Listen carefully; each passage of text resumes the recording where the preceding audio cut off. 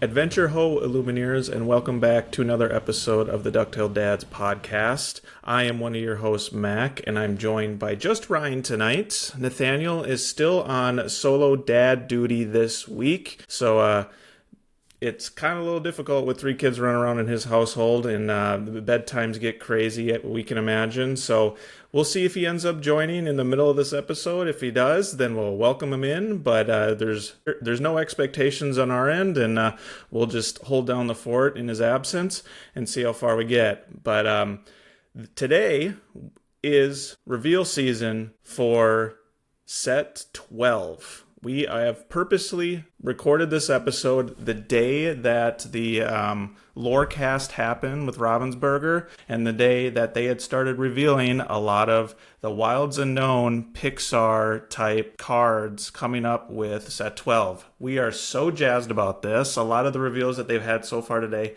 look so awesome, so we'll definitely dive into that. But we're also in the middle of set champ season. Ryan and I both attended a set champs this past weekend, so we'll also talk a little bit about our experience for it. Yes, it is still set 11 and how that set champs went. But first and foremost, let's start with what's new in your world. Ryan, what you got for us this week? Well, like you mentioned, Mac, Set Champs season is upon us, and you and I have officially started our Set Champs campaign. It was a fun event at Two Bros in a Box over in Stillwater, Minnesota, and I had fun playing the deck. I had fun seeing y'all. So that was new in Lorcana space. Had kind of an interesting top 4 match, and then ultimately did not advance. So I went home with sufficient prizing, I thought, and a shiny new card. And yeah, goals were achieved. We got our shiny promo. That's what we're there for. In the personal front, this is the start of another week, and thankfully our family is healthy.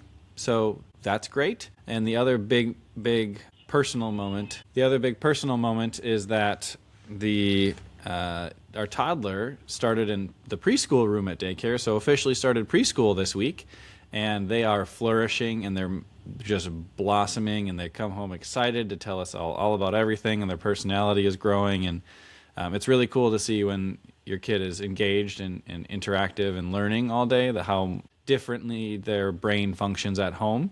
Not from like an exhausted sense, but just that it seems like they're just so much more invigorated by being stimulated and learning brand new things all day. So that's been a blast to see the last couple of days of them coming home and just being so excited to share their day with us, and being a little more outgoing, a little less shy, and more just involved in our family too. It's been great. What's new in your world, Mac? Yeah, that's awesome. I know you had shared some pictures, or your wife had shared some pictures, and I saw them too. And it's definitely a big milestone when they get to that more like social butterfly stage. So congratulations, big step for y'all, and I'm excited for the little one to kind of continue to flourish in that new environment. But new in my world, again, you mentioned Set Champs. That was a little bit of a surprise for me. I was not anticipating attending the Set Champs this past weekend, but I ended up having an opening in my schedule on that day. So joined you and Uncle Scrooge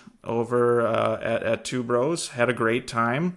We'll get into a little bit on how we performed. Mine didn't go as hot as yours, but it's just still fun to get out there when you can. And we obviously we speak a lot about it. Family comes first, and a lot of our preparation is very much online and at home. So when we are able to get out, we got to take advantage of it, and it's always a good time, no matter how we really do. So that's the big thing on the Lorcana end that isn't reveal related. But on the personal side, on the other day this week, another big step in the bathroom remodel. We got a lot of, like 80% of our shower tile up. So we're at the home stretch here, finishing tiling. We got our countertops measured, so those will be coming in next week. And then it's just tidying up loose ends. So I think we're about 2 weeks away from finalizing, which is a huge lift off of kind of our family shoulders, in the sense that it's been chaos for the last 2 months, and I'm ready for going back to normal, enjoying our new bathroom. So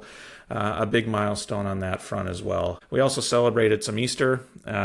from the past week, so got to see some family. So a very busy weekend for us, both Lorcana and personal side, and that's just a day in the life of dads with young kids, right, trying to enjoy this game. But that's new in my world. Ain't that the truth? So after you finish your bathroom remodel, then you're going to host a barbecue, is that right? That is definitely the plan. My wife is already talking about the next project, which does happen to be outside, as part of our barbecue landscaping, what we want to do. She wants to build a fire pit, which I'm very much on board of.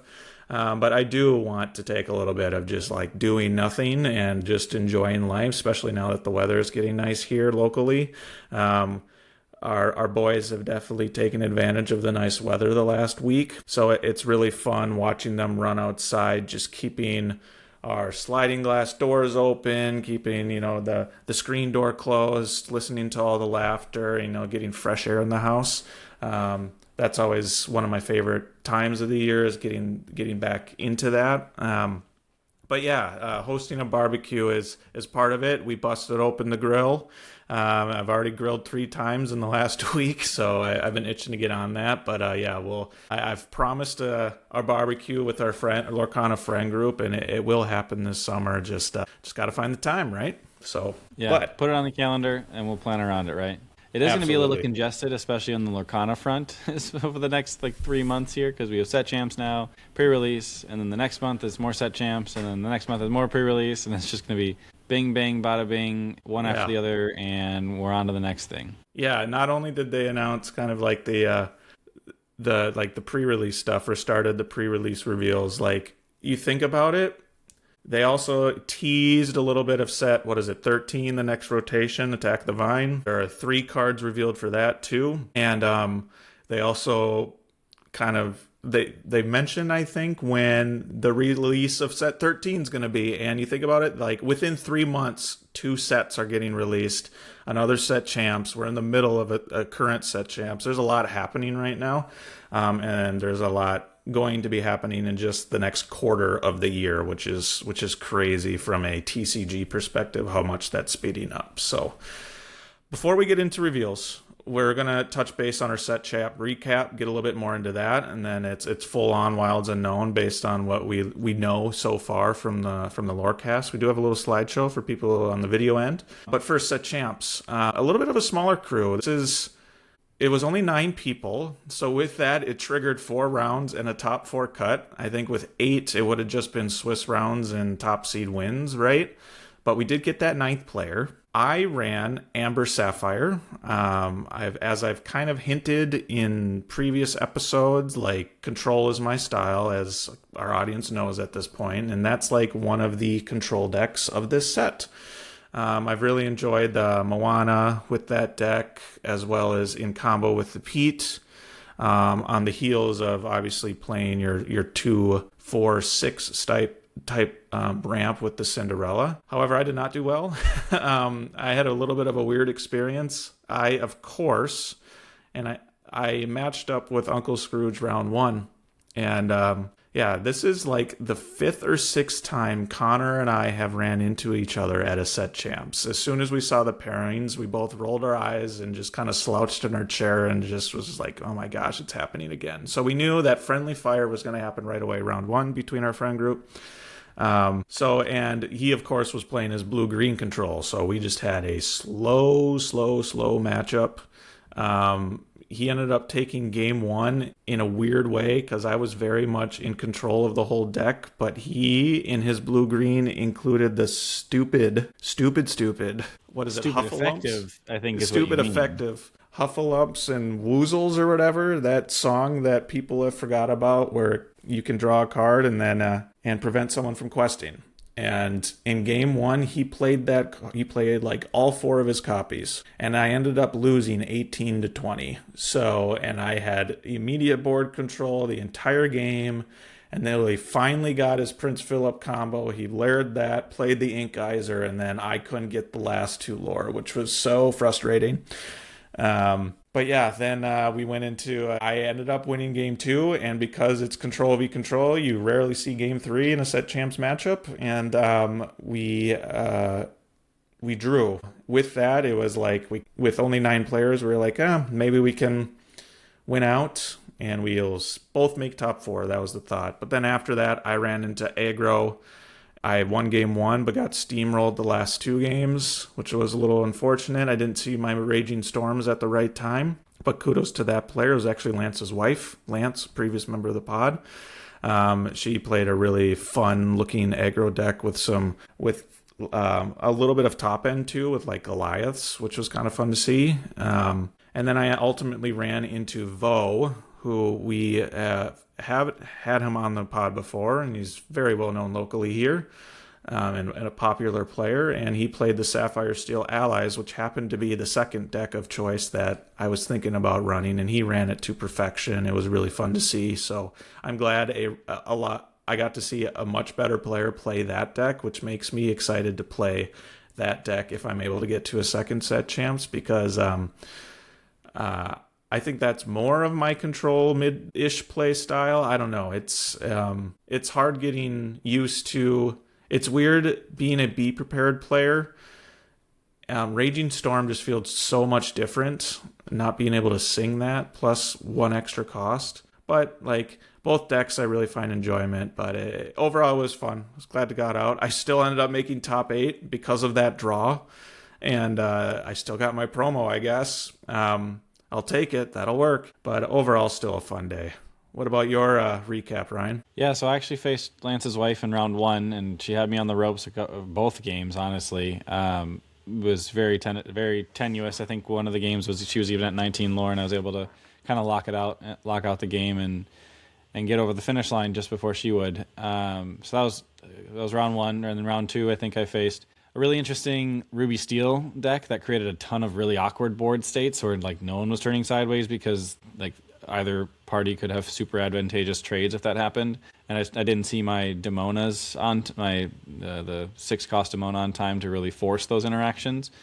So I was like picking things apart as much as I could. I won the match, but I lost game 2 to the Maui Shark Infinite combo, where he stuck a Maui Shark. I didn't have an immediate answer to it. And then in his hand, he had One Last Hope, and in his discard, he had Next Stop Olympus. So he just cycled that and cleared my 5 characters I had on board with the Maui Shark and the Next Stop Olympus loop, and that was 11 lore right there with those, or yeah, I think 10 or 11 lore with just those 2 cards looping on their own with the Maui Shark triggers. So hard to keep that deck down if it actually sees the cards it needs to see, especially because it gets really awkward with like Hercules on board and the Ariel, and I think everything except for the Mushu in the Ruby Steel list was a hero. So then everything got the Hercules benefit of Hercules being exerted. Everything got the One Last Hope extra benefit of being able to challenge ready characters. Medallion weights, break free, like all these like really interesting interaction cards. That would kind of surprise some people. Even like Calhoun could get One Last Hope and a Medallion weights, and then all of a sudden it's swinging for 5 into your opponent's readied characters with resist +3, which is probably not going to get damaged by much of anything on the opponent's board at that point. So there's some really interesting lines there. But I was able to pull it out in 3. So it went 2-0, and then round 3 I matched into Lance, actually. And Lance had a pretty spicy by omission Amethyst Steel list. The secret sauce on the day was that he was not playing Doc in his Amethyst Steel list, and so he kind of just ran out of resources eventually, since everything else was not providing card draw and play. And I was able to answer any of the card draw cards that did come down relatively quickly. So in 3-0 through first 3 of Swiss, and then drew into the top 4 with my eventual top 4 opponent. And that was a player that was playing Amber Emerald Dogs, so more of an aggressive version with daisies. Still had Under the Sea, still had Chromacon, and I felt pretty good in that matchup. I won game 1 after a very long game 1 because Emerald Chromacon came out, and that really slowed a lot of things down. I was ahead on board at the point when my opponent played Emerald Chromacon. I wasn't ahead on lore on board since I had multiple 2-questers, so I couldn't necessarily race. But I had enough characters on board to be able to continue to like trade down and allow the Chromacon triggers to go off. But that also then meant I needed to think through my turns in order to make sure I'm sequencing things correctly, and my opponent needed to think through their Chromacon triggers to make sure that they were, salvaging their board as much as they could. and eventually, like I said, won game one in a very long game. So then game two happened, and again the same thing happened where a different situation occurred where my opponent played an early Mowgli and saw that I had item removal in my hand, and then therefore was trying to play around it and bait out that card by like forcing. By effectively trying to paint me into a position where I needed to play a character to board, and it needed to be that character because I couldn't afford any of the other characters in my hand. But I was able to continue to draw ink, so I didn't need to ink my item removal, and I was able to play draw additional characters, so I didn't have to play the item removal character in order to actually deal with it. So it took a while to navigate all of that, and then we actually went into turns in game two, and my opponent top decked a go-go, and then from there, it was just they won, and then couldn't, and then they advanced on the back of that, and so then they actually faced Vo in the final, and I believe Vo won the playmat at the event. So kudos to Vo. He was playing that deck extremely well when I was watching over shoulders, just to observe high quality gameplay is really fun to see. So kudos to Vo on a very well played day. Yeah, it was fun to see, as Vo especially, with the deck that I've been practicing, and when I reached out to him for his deck list at the end of the day, I asked him how he did, and he said I ended up taking it against dogs, which was fun. So kudos to him. Congratulations, Vo. But the other point I think I wanted to make about this is that, right, we mentioned 9 players, but what was super unique was that our set champs had 9 different ink combos. We had 9 different decks at this set champs, which was insane. Definitely not expected. And ironically, one of the quote unquote like powerhouse decks in Amethyst Steel run by Lance, he was missing docks, to your point, because his wife was borrowing the docks in her deck. Which I thought was hilarious, and he had to think of new and creative ways for card draw. So it wasn't even like your standard Amethyst Steel deck either. But yeah, 9 different ink combos. Did not see that coming. What are your thoughts on that? Because there were also like a couple that weren't there. I know like Ruby Amethyst was not represented, which I know people like locally. So yeah, that was really fun to see the variety, and it made for a lot of like weird mental math and weird mental gameplay to try and understand, especially those niche decks, to your point about that Ruby Steel. I didn't see anything like super unique. I saw a lot of tech cards. I mean, Connor himself, Scrooge, he likes to run tech and these, like I mentioned, the Hufflumps and Woozles. It's not traditionally what you see. I have seen it before, but the current iterations of the deck, you don't. He had one of the legendary Max Goofs just to cycle the songs that deck tends to have as well. Like the Amber Steel list that I saw is pretty... It was a little bit unique in the sense that I don't think it had angels and the Akud combos, but it still had some fun with an aggro with just a Goliath top end. Like it's some things that I've seen in testing, just not all the pieces, right? And then the allies, I've seen a lot of that in testing and whatnot. But yeah, what are your thoughts on kind of like the 9 different ink combos with 9 players? That was really fun. I thought it was cool. Yeah, I think it was a testament to the fact that it's a relatively healthy meta that many players think that a whole smattering of different ink combos are possible.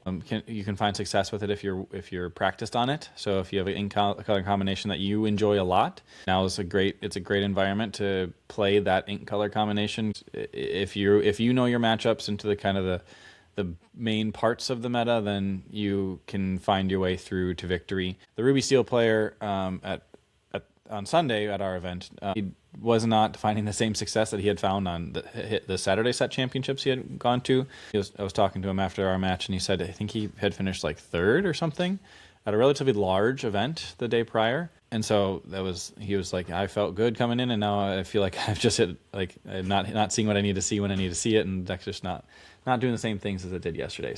I think I was definitely not expecting 9 different deck combinations going into the day. I was expecting at least 1 or 2 repeats, but it was really cool to see that there was 9 effectively viable decks competing in the set championships on Sunday.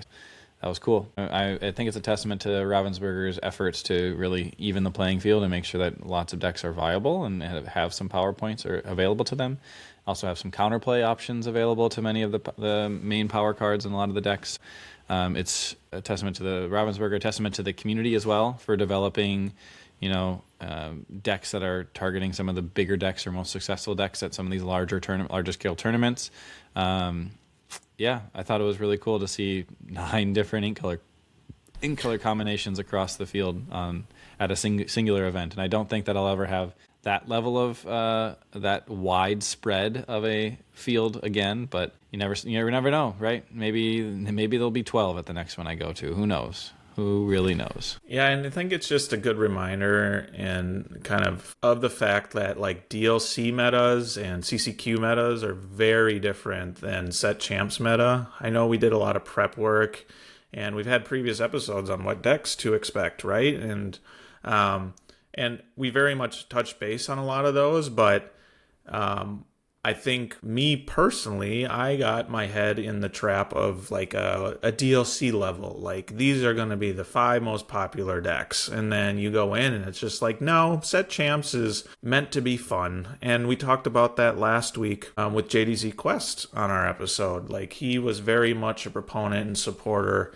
of like set champs should encourage people to try the thematic decks, to try the fun decks, get to encourage more players to not feel as intimidated from a competitive standpoint, and get out there, get to your local game stores and play at these set champ tournaments. And that's the point of it, right? It's to the point, and we made this point before, like Lorcon is a very welcoming community. So be a part of that community and just have a good time, right? I mean, at the end of the day, we're talking about Disney shiny cardboard, right? So like you got to really understand what the main audience and target of this game is. So it was a nice reminder of that and seeing that. And it was also a nice reminder, especially for me, right? And I was actually talking to Vo about this after a matchup.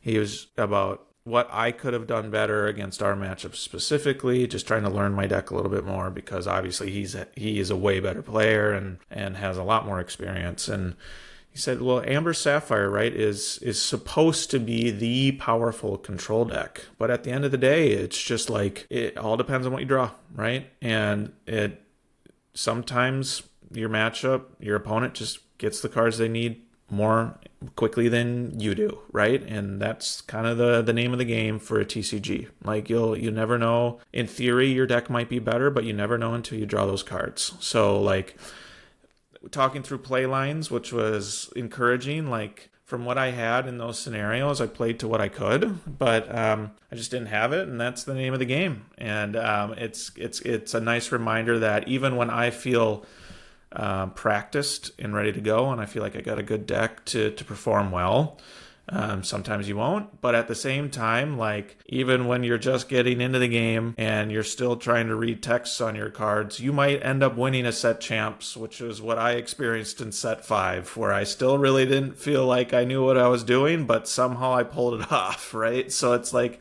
it's 6 one way, half a dozen the other, and that's just kind of the name of the game. And it just, each day is different, which is which is why I continue to like this game, because it forces us to think about different play lines and get better and think about other decks other than the ones that we're just like laser focused on. So overall, still had a blast, like I said, like getting out, and hopefully I'm able to make it to another set 11 one. But I've got set 12 on my mind, so unless you have anything else about set champs, I'm ready to jump into what we know about Wilds Unknown up to this point. What do you think? Yeah, I mean, if you want to pull up the PowerPoint, I'm ready to rock and roll with this. Ever since the Lorecast today, it's been hard to get set 12 out of the mind, not let alone set 13 that they teased, and then even beyond that, all the extra excitement that they brought into the end of the Lorecast as well with their future announcements. I suppose we'll go kind of slide by slide here, talking about the various cards that have been announced and revealed so far. And I'm really excited for reveal season, where we're going to wake up and there's going to be brand new cards revealed when we wake up from around the world, and then throughout the day, North America through our time zones are going to be releasing reveals throughout the days following as well. I think it's over the next week or so is when all these reveals from content creators are happening. And so hopefully maybe this time next week we'll have the entire set available to us. Maybe it'll take 2 weeks, but nonetheless, let's get into it. So first on the screen here, you have the iconics of the set, and boy, are they beautiful again. These artworks are just incredible. The cards themselves are fun and unique, so let's start with the Merida. How about? So Merida is the Formidable Archer, which is a steel card, a 5-cost uninkable 3/5, a quest for 2.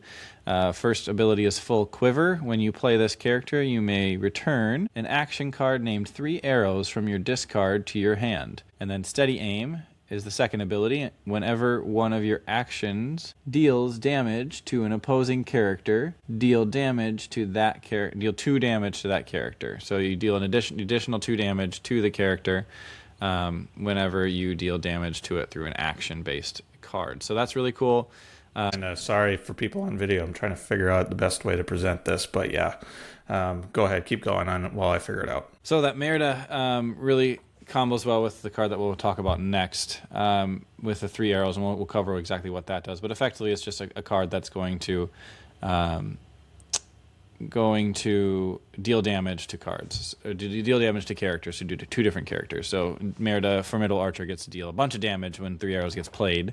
You also get to recur 3 arrows from your discard, bring it back from your discard to your hand when you do play the Merida. So a lot of removal options, a lot of spread removal options here coming into the steel archetype, which is really cool to see, being able to deal with a little bit of a wider board rather than having to pick things off one by one, which is what I think it currently does. Couple this with like Angel, the Experiment 624, and you throw a snowball. That is your 3 arrows card. Then next turn you play Merida and you pick up the 3 arrows. Maybe you throw the snowball again that way, or you save the 3 arrows for the following turn where you can play it as an action and deal multiple damage or extra damage through Merida's effect with that card. So that's really cool to see Steel getting a little bit more of, a little bit more spread damage to be able to deal with multiple threats on board at the same time. It's going to be very challenging if that gets set up and that happens, but at the same time, it's really cool to see that happening. And I like to see Brave coming into the fold as well, and Merida being such a key focal point of the set through the iconic card. Yeah, with Merida specifically, one thing of note, of Steel especially, Steel has really, one of the themes that it's transitioned to is discard inner, buffs, getting stronger based on what's in your discard pile. I think one example of that is Namari from set 8, right?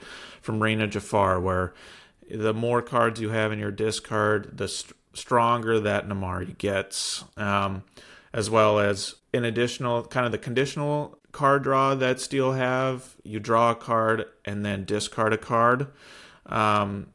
Just some unique interactions with the discard pile is something that has been a theme up for Steel. And this Merida, it's like one step beyond that in the sense of bringing back cards from your discard that are actions. We've seen a lot of bringing back character cards, specifically with Amber, but the fact that this is now bringing an action card back, I think, is really unique, and is just on brand with discard interactions that aren't character based. So I don't know. I think that's fun. I think it's needed, and I think it's been a request from the community that I've seen. Let's get the discard pile more involved, however way we can, right? Blue, in years past, tend to have, bringing back items from the discard, whereas that's not, it still exists, but it's not as popular anymore, right?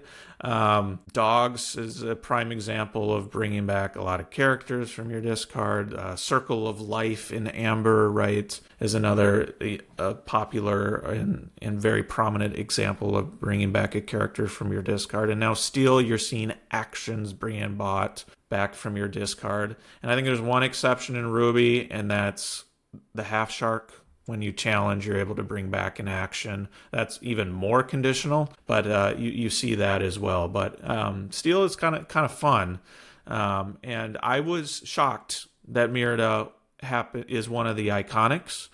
due to the fact that the other iconic, I think, was very much a predicted one.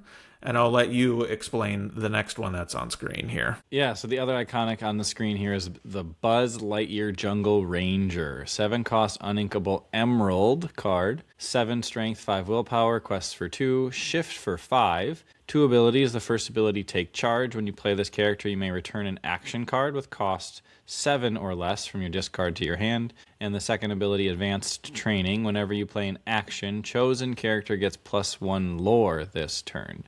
So it's a potential lore burst. It's a potential action refresh. My initial thought was bringing back a Bend to My Will on the off chance your opponent then in a mirror match has a Clarabelle that they refilled their hand with. And then you get to play your Bend to My Will a second time to take away all their cards in their hand again. But I think a more common use case for it would be bringing back cards like Mother Knows Best, cards like You Came Back maybe, cards like You're Welcome, all actions in the Emerald ink color thing. A lot of it like lower cost actions that you can then play a bunch of actions on the same turn and have this giant lore burst from the second effect that Buzz Lightyear has. The other major interaction may be if you have multiple Buzz Lightyears out. Obviously, it's an uninkable card, so it's going to be hard to fit that many uninkables into high-cost uninkables into your deck. But that being said, if you have multiple Buzz Lightyear Jungle Rangers out there, then you're getting the Advanced Training. Whenever you play an action, chosen character gets +1 lore multiple times for every action that you play. So if you're able to have 2 or 3 on board, you're getting 2 or 3 extra lore for every action. So if you're playing a lot of little actions, then you get a bunch of extra lore. It'll be interesting to see the deck building that goes around it, but prior to deck building, just looking at the card itself, it being an iconic character in the Pixar universe and the Toy Story universe, I think it's a very logical inclusion in the Lorcana world as an iconic card, and it looks absolutely beautiful, and I can't wait to actually see it in person, hopefully. I don't even care if I'm the one not pulling it, but I just want to be able to see the card, the physical card at some point. So maybe at the end of the set, I'll just have to ask one of our collector friends if they've found their way into one, and I can go put my eyes on it. But yeah, love that Buzz Lightyear is getting an iconic, and love the potential that this card has, as well as the balance that they brought to it with the uninkable 7 cost ink cost. So what are your thoughts, Mac? I think the card is going to be fun. One theme that we'll see here is toys. So obviously with Toy Story, right? And I can only imagine that the 2 colors that we saw so far in reveals that contain a lot of toys are Amber Emerald. Is this a potential dogs replacement list? Instead of dogs, we see toys, right? So I'm imagining that's kind of where the Ravensburger is pushing people to have this Buzz in there. It is a shift option, so maybe you get a little bit more of that aspect as well. Does it combo well with like a Circle of Life? Although I think that's an 8 cost card, but regardless, it's like I think there's potential here. But my previous point, and I'll say this, I'm so bad at deck building. What's been revealed, I have no idea where any of these cards are going to fit, besides maybe 1 or 2. So like I am very much excited to see what other people come up and, activate my certified picker and see how that'll fit into what I like to play. But regardless, I love the look of these, to your point. The artwork is fantastic. All of it still has this into the wilds and no theme with the vines on almost every one of these cards. I think that's awesome. I think it's especially on the heels of Winterspell and Whispers, where all of that artwork too was very much on theme of what the point of the set was. Kudos to Ravensburger with the art. It looks great. My only thing is they got one half of the iconic duo. Why wouldn't you have just done both? We'll get into how it doesn't feel as bad in a second. But like, come on, Woody and Buzz was such a layup for iconic duos. And I get it. They're trying to branch out. They want more, they want to cater to more people who maybe are huge fans of Brave, right? And so like you want more options, right? But come on, like Woody and Buzz, Pixar, like come on, they had to do it. But they did make up for it with Woody in a different way. So like it doesn't feel as bad. And again, this is reveal day. This is the day of the Lorecast that we're recording here. And I did happen to catch Lorcana Villain's video and his perspective on this. If you don't know, Lorcana Villain is a very prominent commentator in the Disney Lorcana space. And his point in the fact that like, yes, Woody and Buzz would have been obvious and that would have been perfect. But what they did with Woody, it doesn't feel as bad. And now that I've heard him say that, I am very much on brand with that. So we'll get into that in a little bit. But I think at first, the next card we have on the slideshow is the card that's like hand in hand Merida's like partner in crime with this set. So let me move to that one here. And that's very much this action, the 3 arrows that the text for Merida is based off of. And that action reads, it's a 3-cost inkable, deal 2 damage to chosen character, then you may deal 1 damage to another chosen character. You pair that with Merida's ability, you ultimately can do 4 damage to one chosen character and 3 damage to another chosen character when you target and damage people using Merida's effect. So this is obviously hand in hand. If you're running the Merida, you should probably run 3 arrows, or at least at first glance with the amount of cards that have been revealed to this point. Like this card was made for a single character, and that's Merida.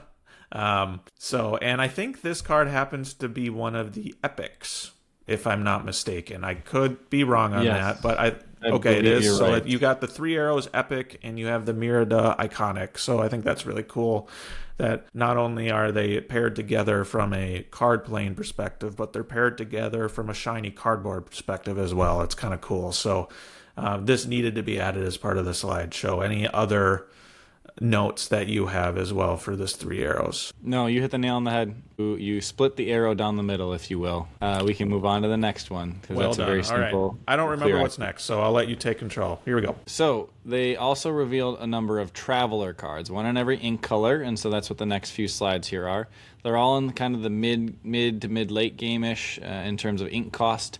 So we'll start with the Amber Traveler, which is Aerial Curious Traveler, 4-cost inkable 3 quest for 2.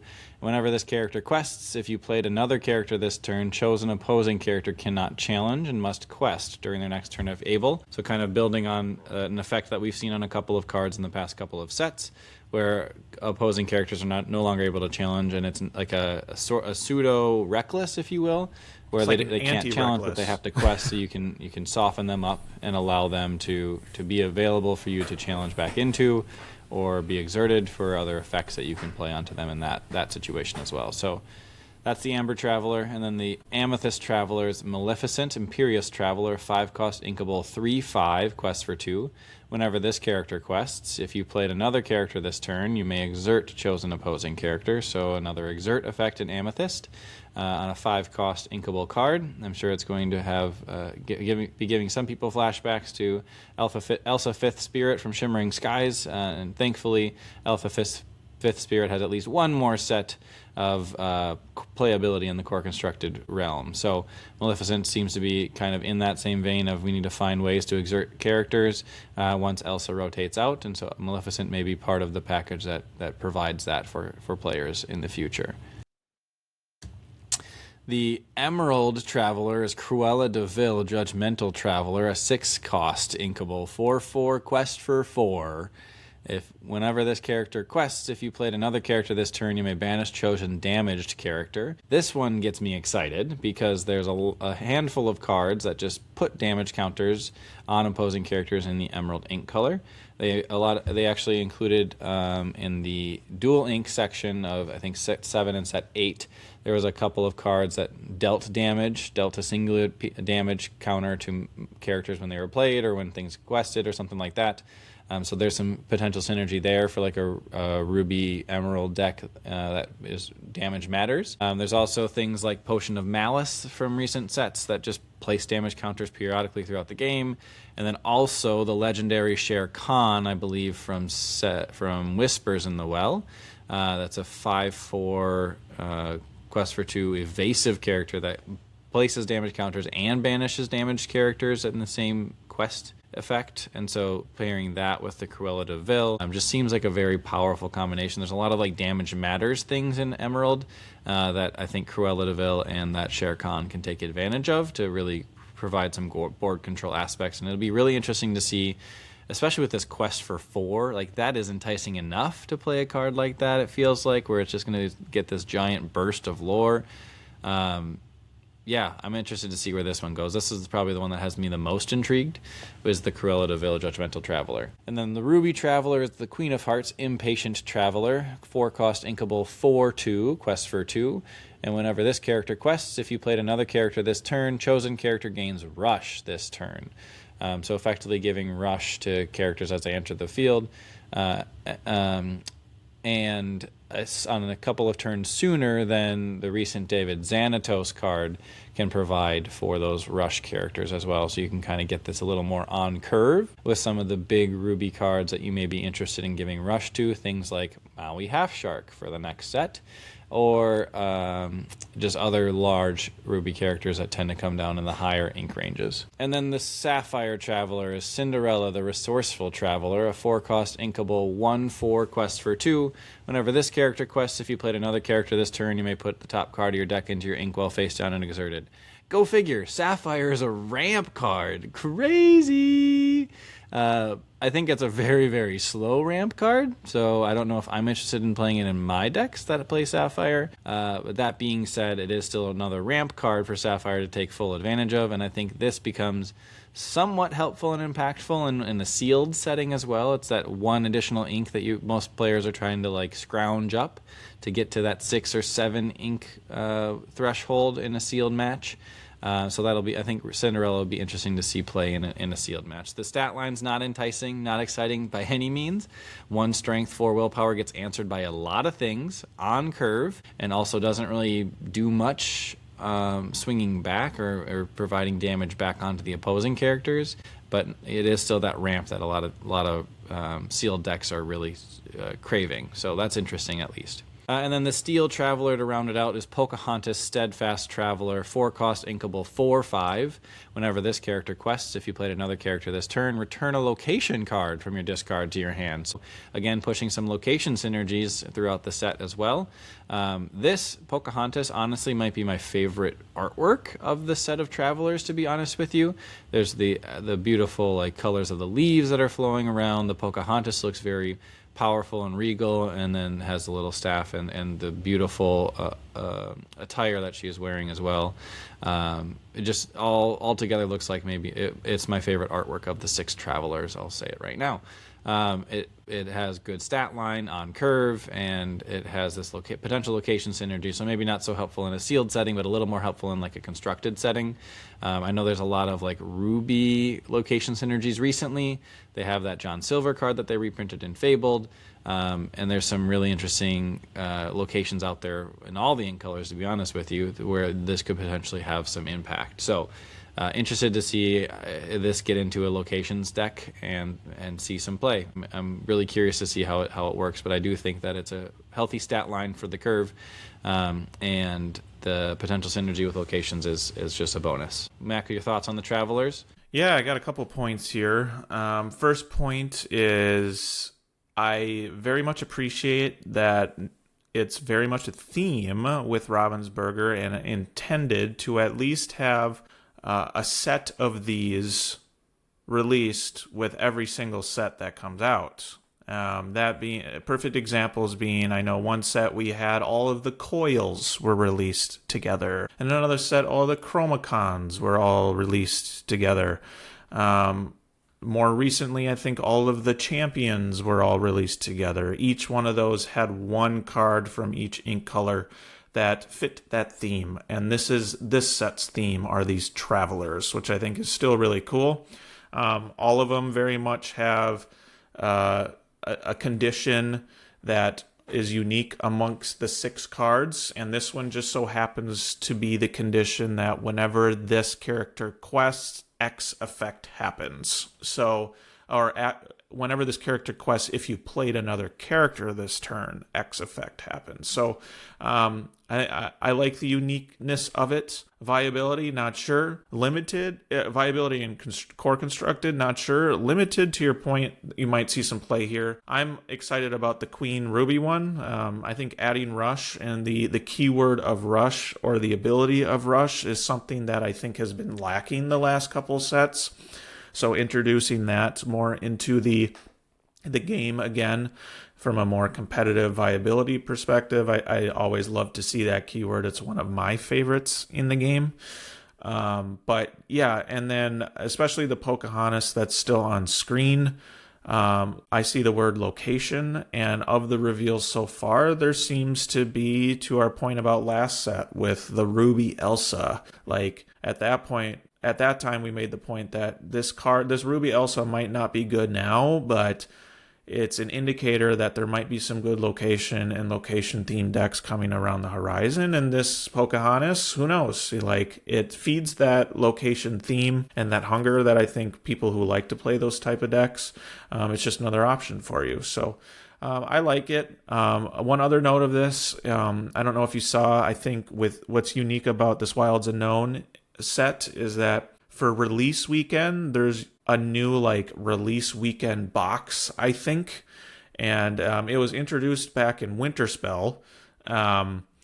These unique promo cards that are now being released, starting with Winterspell and now with Wilds Unknown. These Traveler cards have that unique like dark black promo vibe. Those type of cards. These Traveler cards are those for this set.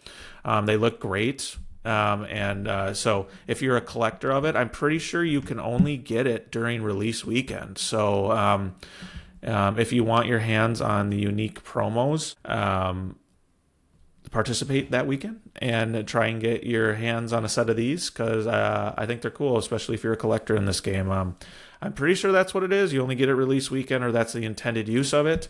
Correct me if I'm wrong, Ryan, but yeah, I think it's fun. And I think to previous points that we've had about how do we get more members into the game from a weekly perspective, getting people back at weeklies, I think this is a step in that direction. Now, one of the things that I know Nathaniel really wants to see are like weekly promotional packs or something like that. We're not quite there yet, but this is a smaller subversion of that.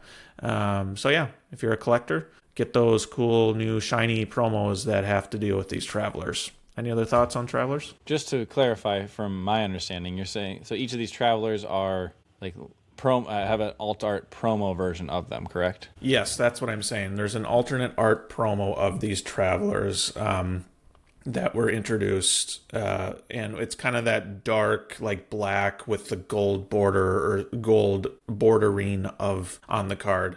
The one card that I have in mind from last set is the Timon. So if that's ringing the bell for anyone, the Timon from last set, these Travelers share the same artwork of that Timon. So the organized play promo, right. lore book like look on the shiny cards. That's cool. I had not realized that, so I wish I would have included the alt art versions rather than just the rare standard versions of these Travelers. But nonetheless, it's really cool that they are moving in that direction, and hopefully it's a sign of things to come, and hopefully their response is positive. The pre-release kit is what you were talking about, I think, and I think that is a really cool step in the right direction for pre-release weekends and providing these like unique experiences for those events. Next card on the screen here, though, as we keep moving along, is a beautiful Enchanted. What else can I do? 5-cost uninkable, and I want you to read this card out, Mac, because I think it's going to make your heart sing just a little bit. Yep, flashbacks to a previous card that has been rotated out. So I'll read it, and let's see if our listeners can understand it too that might not be watching. What else can I do? It's an Sapphire Action Song. Look at the top 2 cards of your deck, put one into your hand and the other into your inkwell face down and exerted. If a character sang this song, your characters gain ward until the start of your next turn. Again, this is a 5-cost uninkable. The first part of that text sounds very familiar to the beloved and amazing How Far I'll Go song from set 3 that is now rotated out.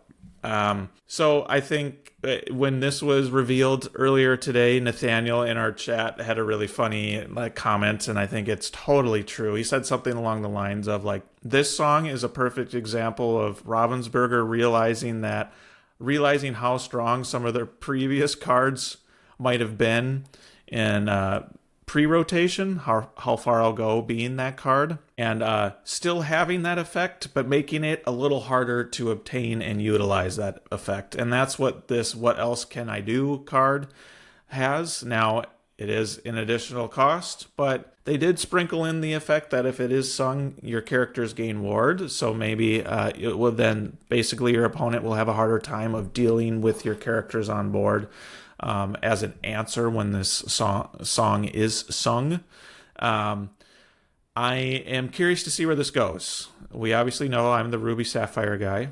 How far I'll go, the reason why that card was so good is that it gave you essentially drew a card, you ramped a card, and it was on curve, especially with the turn 2 ramp into a 4-cost card. You could even hard cast that card, and it's so efficient at that point in the game for those Sapphire decks. And if you didn't play the hard casted this card, your 4-cost characters in the Sapphire ink color are so effective and so good. You could just sing How Far I'll Go that next turn. Again, adding to the efficiency of that card. Now this, it's obviously kind of like a shout out to that previous card, but it's going to be harder to play. One extra cost it means a lot, especially for a song, and especially for Sapphire, which it's just more so turn 2 ramp into a 4-cost card, and those 4-cost cards are extremely valuable. Now you got to deal with a 5-cost song.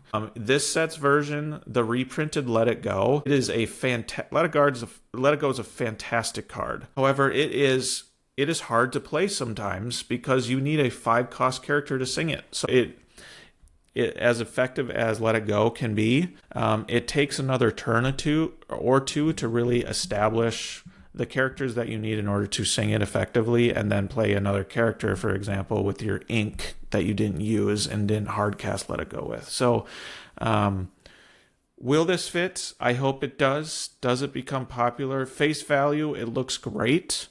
But that 5-cost is going to make it tough, and be in the sense, to my point, that it's just you play it a turn later.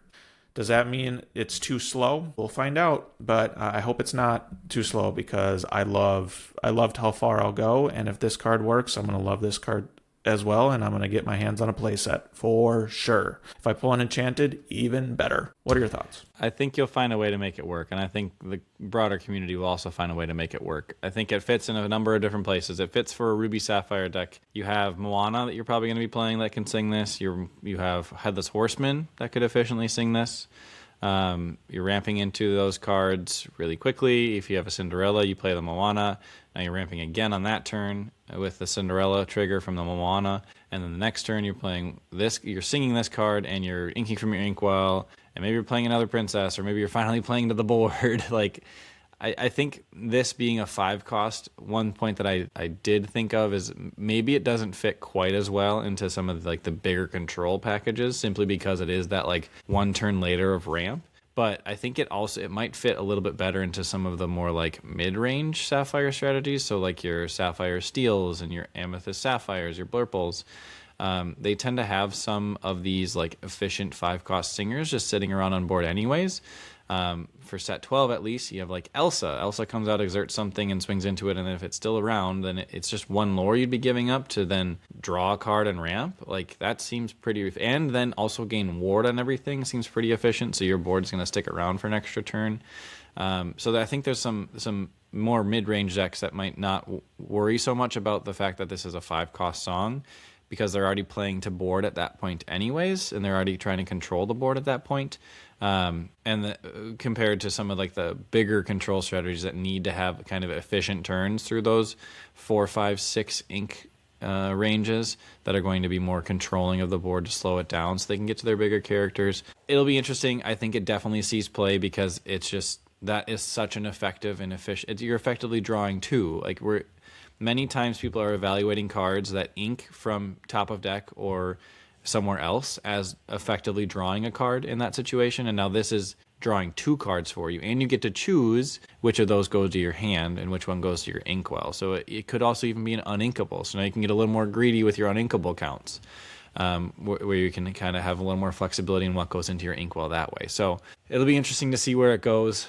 I think that it will see play, and it is obviously a beautiful artwork. I like what they're doing already with the artwork on the alt art cards with the Iconics and the Enchanteds.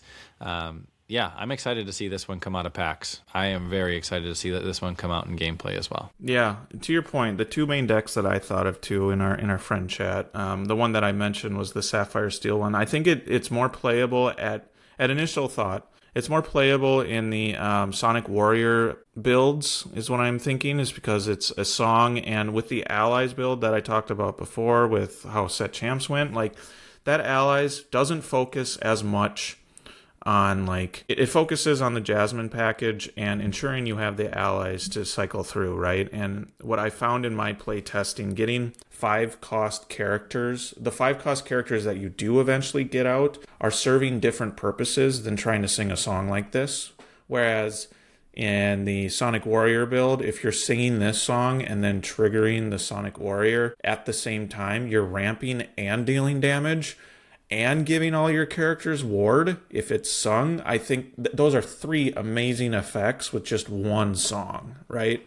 So I think that's where it could see itself fitting in with the Sapphire Steel Sonic Warrior type of build. And in Ruby Sapphire, right, to your point, the playline sounds great, and with Ruby Sapphire and Sapphire Steel, but like this slots in very well with the Cinderella from Winterspell utilizing that 2-4-6 playline, right? So if you're able to get that, then this card will work great in that sequence. If you don't happen to get the 2-4-6, how does this card feel? Does it feel too clunky? We're about to find out. So, or it's right around the corner. We still got a month, or maybe a little less, 3 weeks. So, again, to my previous point, certified picker. I'm hoping someone figures this out for me. And maybe it's in Ruby Sapphire. I think to your point, you have Moana and the Headless Horseman and the Pete that are really good 5-cost cards in Ruby Sapphire that can then sing this card the next turn. But again, is it too slow? That's the question. Is it too slow? And we'll find out. I'm excited. It's piqued my interest for sure. Before we move on, quick, just to clarify, you mean the Cinderella from Whispers, which is the 4-cost uninkable Dream Come True? Did I say Winterspell? Whoops. Yes, you did. So just to clarify, it is from the Cinderella from Whispers, a legendary Cinderella from Whispers that Mac was referring to.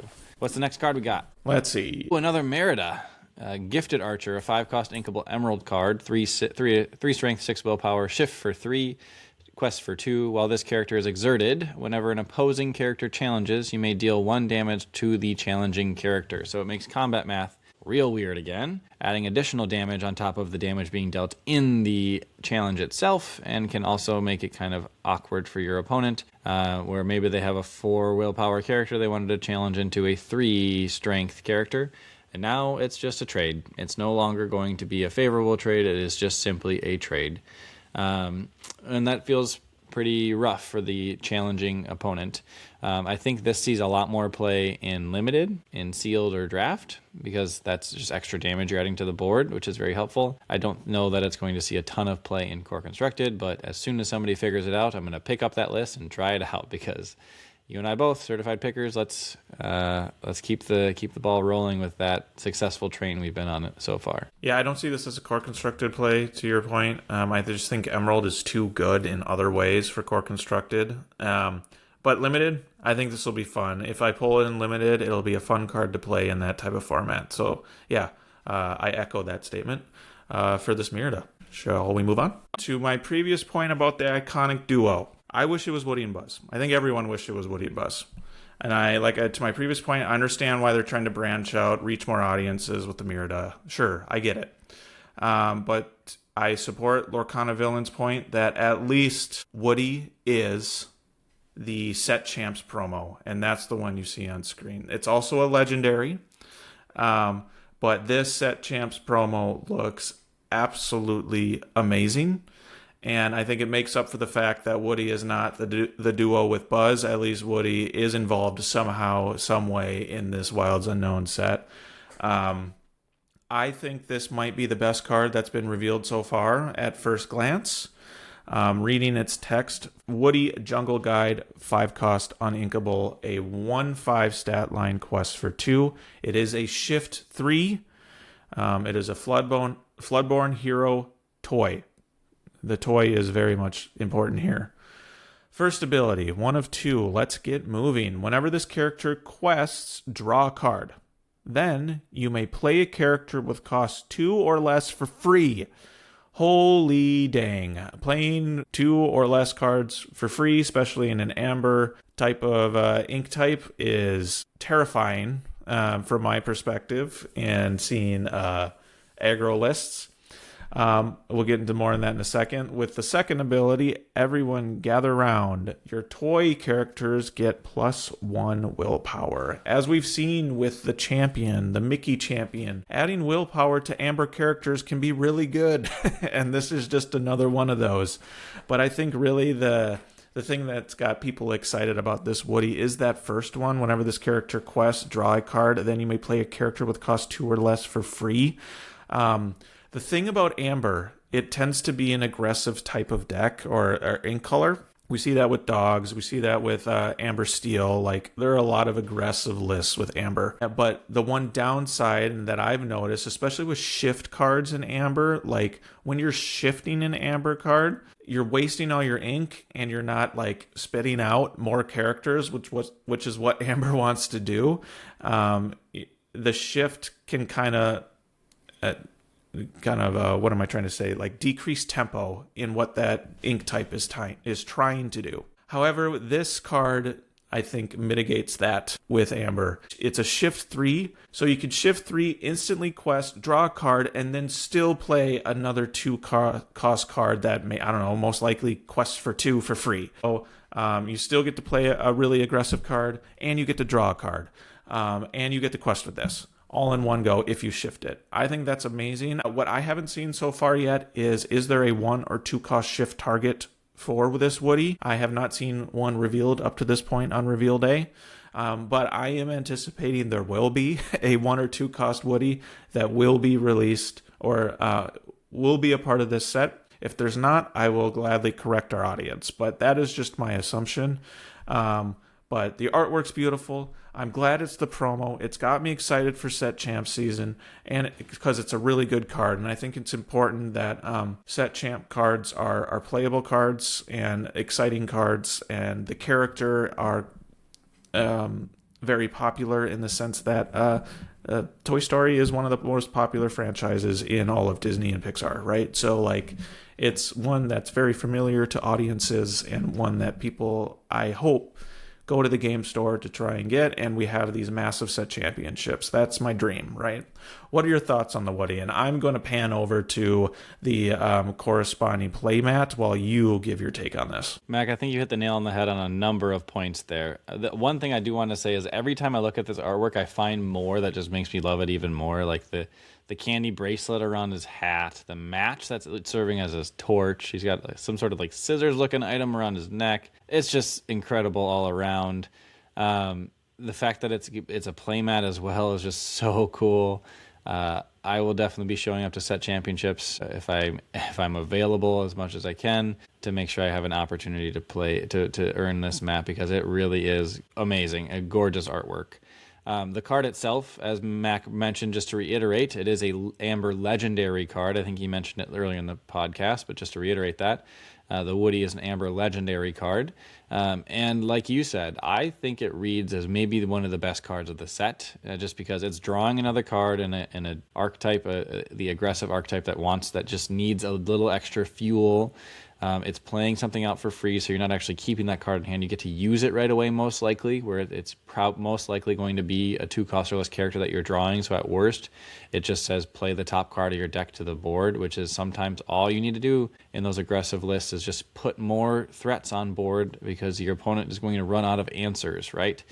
And so I think Woody slots very easily into a number of different Amber aggressive strategies: Amber Amethyst, Amber Amber Emerald, like a dog's list. This could slot in potentially. It's a little slow, but it does give you the Singer option.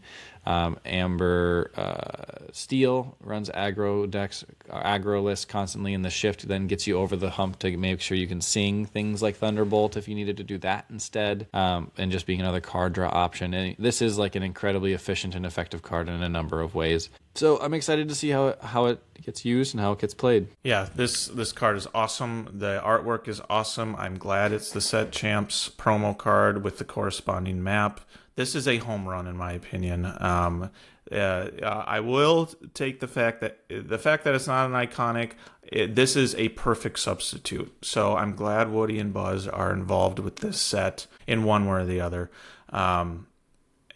For it not being an iconic, it's still amazing. So let's stay on the toy theme brand, because that's one of the main themes of the set. The next one, I think, being a Jessie card. I'll let you speak to it when I flip over. Yes, so Jessie is a 3-cost inkable Amber card, Lively Cowgirl.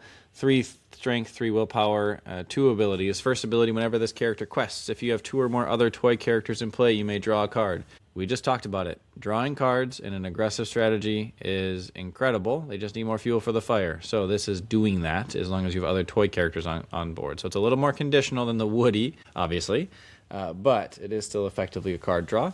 And then the second ability, Yodelehi-hoo. Whenever you pay 2 ink or less to play a card, chosen opposing character gets 1 strength less until the start of your next turn. This card terrified me when I first read it, because I think that it fits very well into a dog's list that already exists, which would be like an Under the Sea version in that control format. This is effectively Rhino on a repeating effect. Right, and the 1-cost Rhino decreases strength by -1 until the start of your next turn. And this is a repeatable effect if you have enough ink or enough ways to cheat out characters that are 2 cost or less, or that you're spending 2 cost or less on, in order to decrease strength on multiple characters across the board. And then Jessie can also then be part of the singing crew that sings Under the Sea together to wipe your opponent's board and provide you the board control you need to finish the game in 2 turns. So I think this one also will see a lot of play, and I think people will figure out how to make this effective because of how well Amber Emerald Dogs has been doing. And there are some additional answers that have been printed that have been released so far, namely the Merida and the 3 Arrows combination is a nice way to do spread damage, which is going to be very impactful against things like the Dogs list that is trying to spread multiple characters across the board before using them all at the same time. But this Jessie card, I think, is a fun little counterplay that the Amber ink color got in order to help control opposing characters and prevent them from either challenging in or prevent them from even existing on the board through the Under the Sea board wipe option. So it'll be interesting to see how prevalent this becomes, but I do think that this also sees play. So a Jessie also getting kind of the headliner treatment in terms of power in this set as well. Yeah, one thing of note I want to make this, just to make sure we make that point, is with the Yodelehi-hoo ability, the ability itself is unique to Jessie.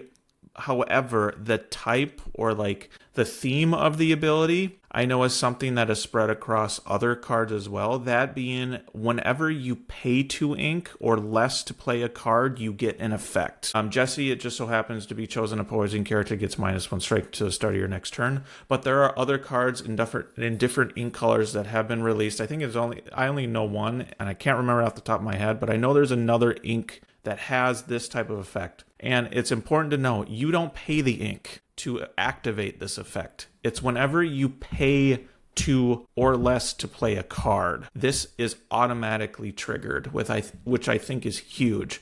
And I think you spelled it out perfectly. It's a repeatable effect that you yourself don't have to pay the ink to activate it. It's just when you play a different card that is played with 2 or less ink, then this automatically triggers. I think that's amazing. It's another cool way and unique way of triggering effects that we have not yet seen in Lorcana yet. Kind of this automatic trigger effect when paying ink. So I'm excited to see, as more reveals come, how that's branched out into other ink colors as well with this type of theme. But I just wanted to make that note that this type of effect isn't unique to this Jesse card. It will be spread out as well in other inks, based on what's been revealed to this point. So very excited about this new type of effect. But with Toy Story, go ahead. You were going to say something? I'm interested to see the rules document that comes out with the release of Wilds Unknown as well. But just to clarify, does free playing something for free count as triggering this effect, and kind of the other like gray area or confusing points being clarified through that rules document. So I'll be keeping my eyes peeled for that when it does eventually get posted with Wilds Unknown release as well. Yeah, that's a good point. Yeah, I think the rules will definitely take. We'll have some changes based on the unique effects, and it's always changing, right? But that's a good point. I expect there to be updates as a result of this set. But with Toy Story, we know, as fun as Toy Story is, there are villains associated with Toy Story, and there was one revealed in this set, and very excited for this Ruby. Sid Phillips, the toy surgeon, 6-cost uninkable 5/5 stat line, quest for 2. Playtime's over. When you play this character, you may banish another chosen character of yours. If you do, each opponent chooses and banishes one of their characters. But that's only the first ability. There's another one. During your turn, whenever a toy character is banished, gain 2 lore. So again, very much on that toy theme. If you happen to build a toy deck with this Sid, you can banish your own toy, gain 2 lore, and force your opponent to then banish a card as well. It's amazing. I see this, and Lorcana Villain in his video made this point as well, and I was thinking the exact same thing when I first read this. This acts like the old Lady Tremaine in the sense that, or like Be King Undisputed. You're forcing your opponent to choose a card to banish, which gets around, most notably, the ward effect. So if your opponent only has one character on board, and it happens to have ward, they still have to choose that character. Like Lady Tremaine, this Sid is more effective when your opponent has less characters on board because they're pigeonholed into choosing that one character that you want to see gone. So I think it's fun. I don't think it's a 4-of in any deck. But will it see play in a toy type of build? Certainly. But also, will it see play in maybe a 2 or 3 of? Like the Lady Tremaine from days of old. Yes, I think this can see play as well. And it's still quest for 2, and it has a really good stat line too. So very much excited for Sid. What are your thoughts on this card? I think he's a great payoff for any toy builds that are in the Ruby ink color, since Sid Phillips is a Ruby card.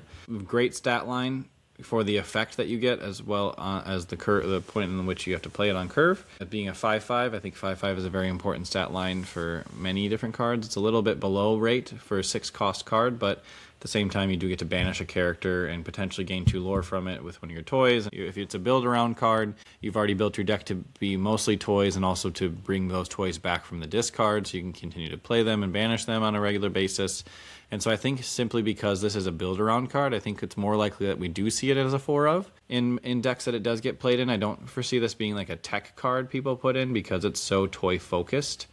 And sure, there may be some synergies with things like Wreck-It Ralph potentially, which may be a little awkward, but like being able to just have that Tremaine effect is helpful, but I don't foresee it being impactful enough since you have to banish your own character to do it, to be just like a 1 or 2 tech card. I think it's going to be more of a build-around card, and for that reason I would expect to see more 4-ofs than less than that in the decks that it gets played in. And then you get to see multiple Sid Phillips on the board.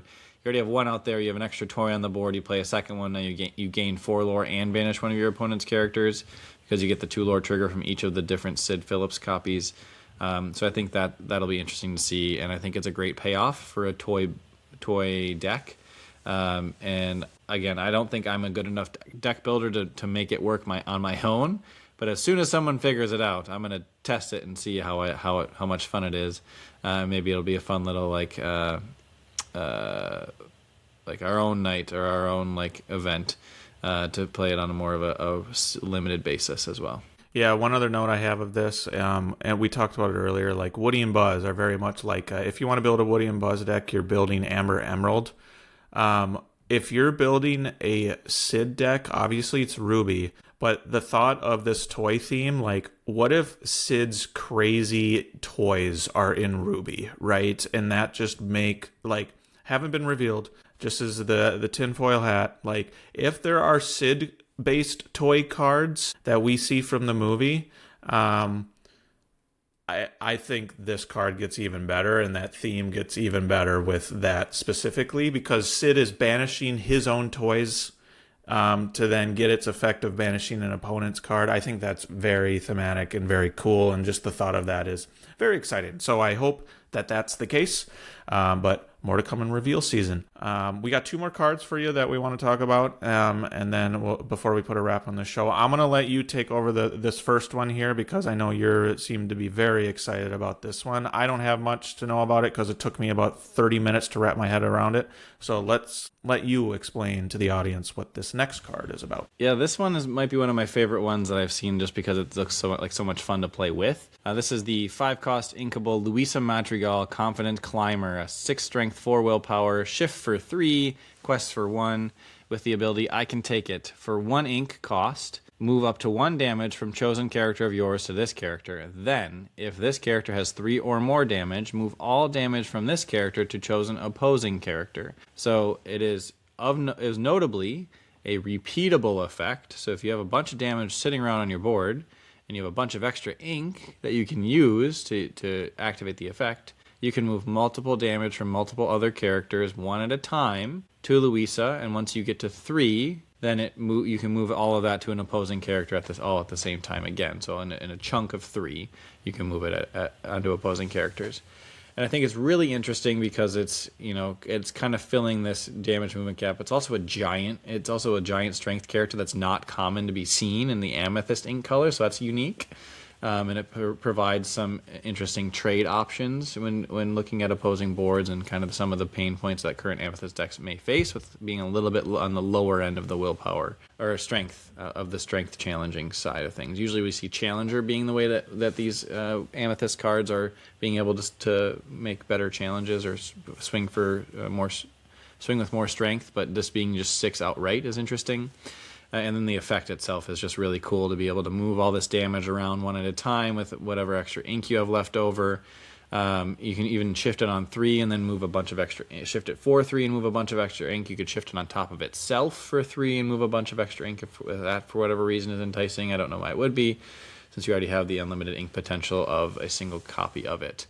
So all that in mind, really excited to see this one get played. Really excited to try to figure out how this may be used.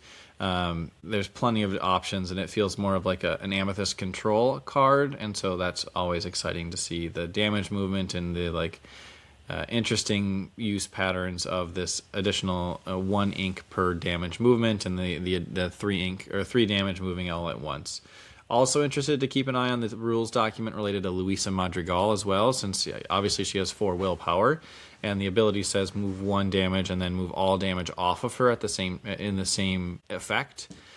So there's been some chatter in the discords about how that actually works and functions if this Luisa character swings or challenges into a character that has 3 strength, so then she takes 3 damage back in that challenge, and then uses the effect to move a 4th damage counter onto the Luisa Madrigal, and then move all that 4 damage at the same time.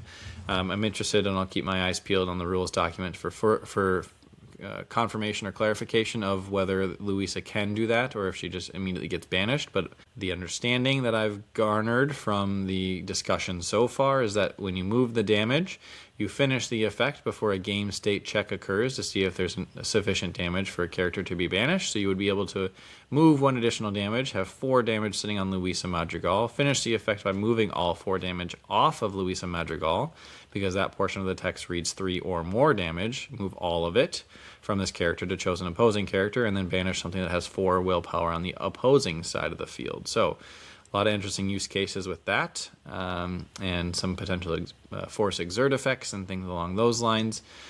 Just all in all, really excited to see Luisa Madrigal in play because of the different flexible possibilities that are available when she is on the field.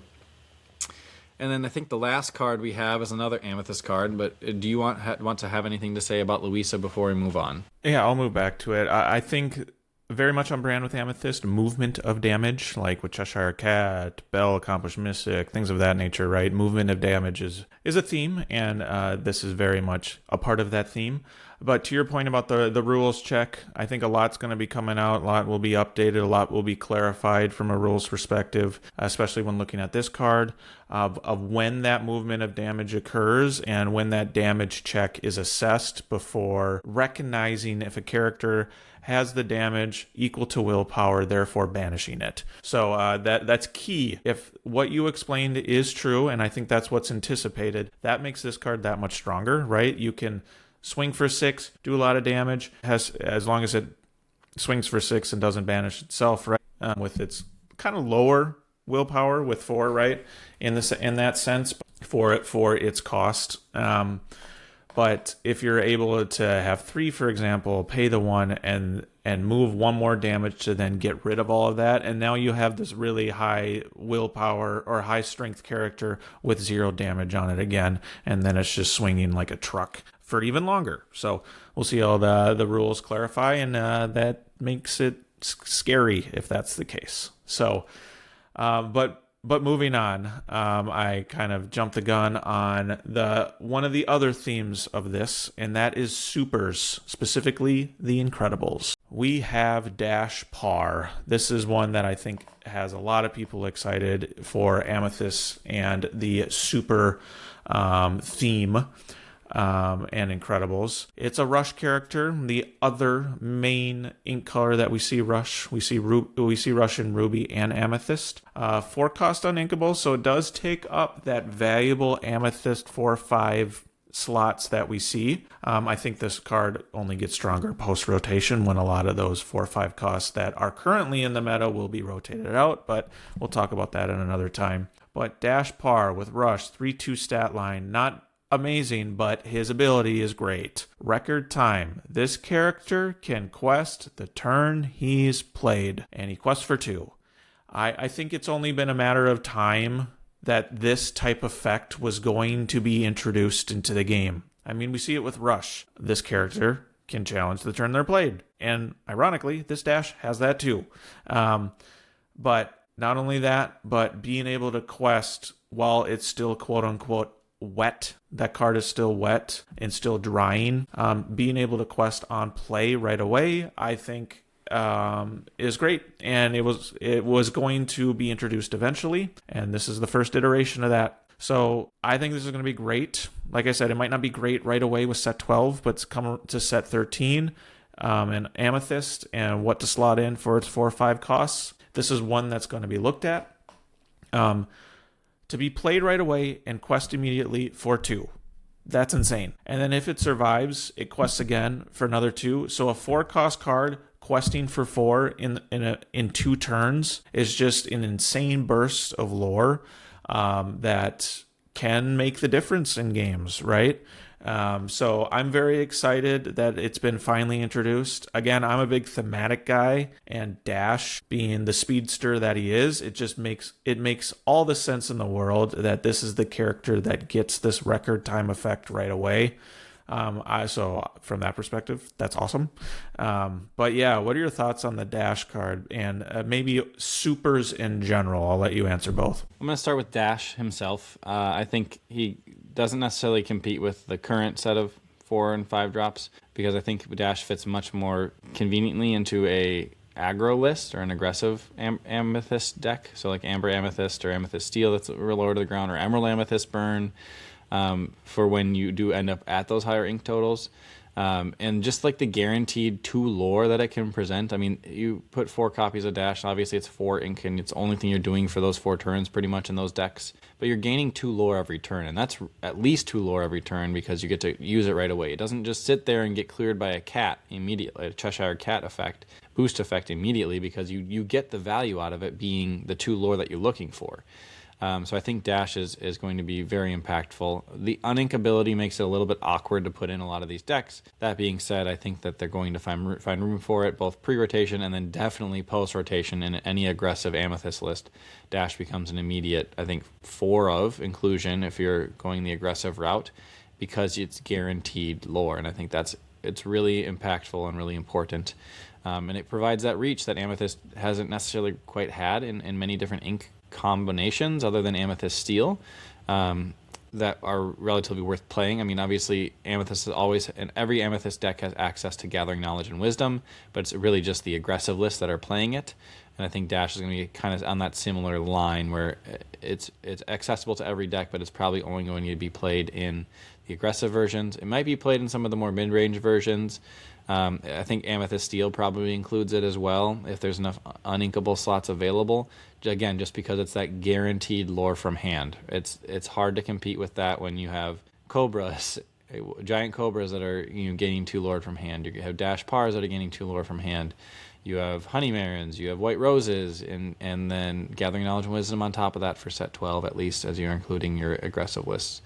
So it'll be interesting to see how it gets used, but I do think that guaranteed lore from hand is hard to match, and it's very, very impactful in that sense. Yeah, and one thing I've noticed too, like it has 3 strength, and anything that's 3 strength, there are additional things that need to happen, additional conditions that need to happen to remove it right away from like an action perspective. Thinking of like grab your bow, that's 2 strength or less characters, right? So like unless you have a character on board with at least 2 strength to immediately challenge this right away after it's quested the turn that it's played, it's almost a guarantee that you're getting 4 lore out of this card in 2 turns. So I think that's huge.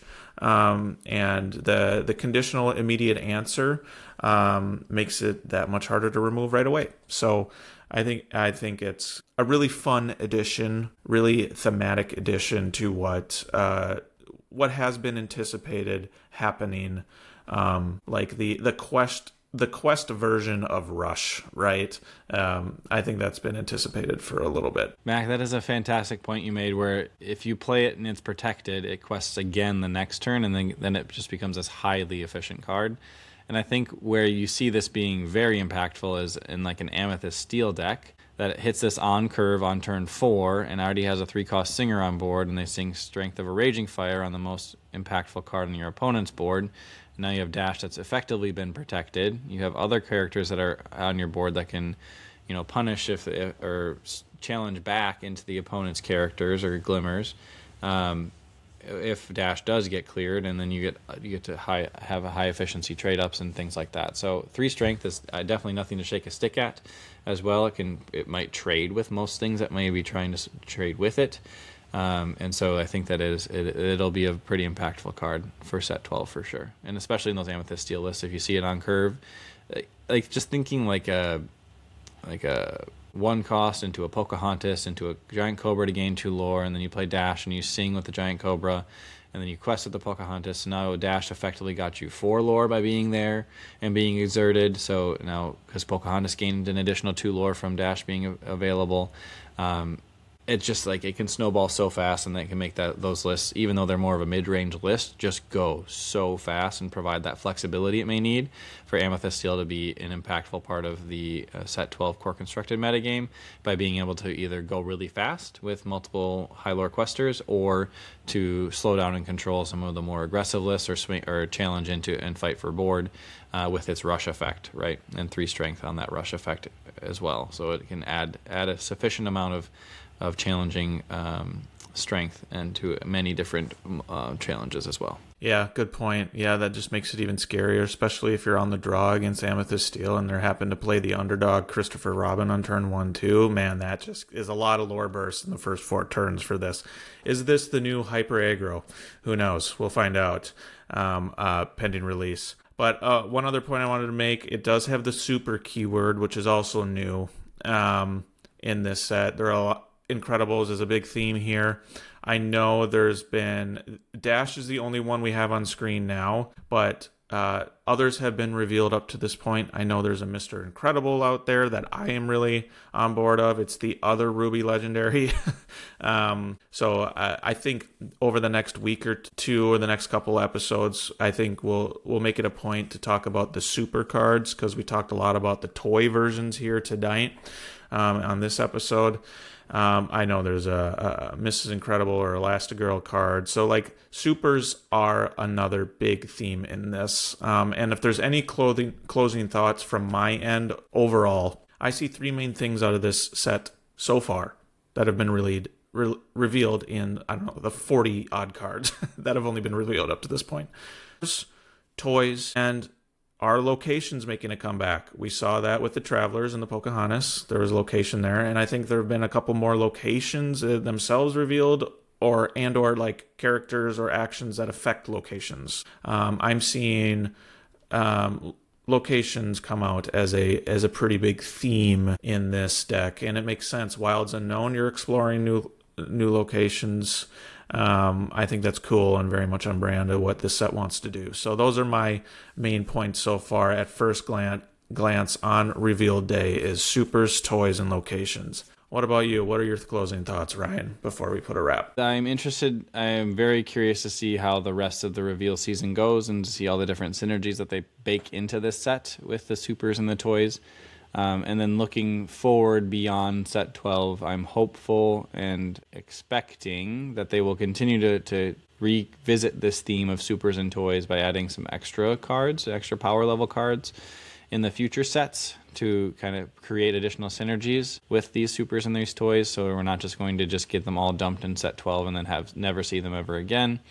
I'm hopeful that they kind of continue to revisit it to really create these powerful deck archetypes centered around these keywords. Yeah, great point. This is such an exciting day. Reveal season for every set is so exciting, and it has us very, amped up for what's coming around the corner, and especially with Pixar here, like the Lorcana universe can expand in so many directions now. We didn't even get to what other reveals they had, especially with Attack of the Vine and what's happening in 2027. I will say, future episodes, man. We got plenty of content to cover in the next few weeks here. We're winding down with Winterspell. Let's table that for a future episode. Maybe we can talk about that next week or the week after, in the sense of what's been revealed. In addition to just with set 12 and Wilds Unknown, they also talked a little bit about the next year or so on the Lorecast today. So we'll get into those topics, as it's amazing how there's only 2 of us, and we still find a way to talk for an hour and a half. At this point, that's just expected. So sorry, audience, but maybe not so sorry. This is what we've come to be, is the hour and a half show. But I've had a blast, Ryan. Any other thoughts before I close it up? We promise to continue to try to do better, and promise to continue to promise to try to do better in the future, and knowing that we may not actually achieve that. But this is why we started the podcast, right? We were going to be talking for an hour and a half after the reveal, after the reveal Lorecast anyway, so might as well record it so other people can join in the conversation. And so on that note, feel free to leave a comment on what you might think the most impactful card is that's been revealed so far. If there's something that we missed or got wrong, obviously please feel free to correct us. We always are learning and want to continue to learn, and we never intentionally make mistakes about ways that we interpret cards, ways that we interpret situations that cards may present. So please inform us, teach us. We'd be happy to learn from you if you have something constructive to say. Follow us on Instagram. We're making content there as well. You can find us on Apple Podcasts, Spotify, And then YouTube is where we post our videos, and there's also an audio recording on video on YouTube as well. So feel free to like, subscribe, all of those platforms if you're interested in following along. And we can't wait to see you out in the community and talk to you some more as well as we continue in this amazing journey of Lorcana together. But without further ado, let's get the duck out of here.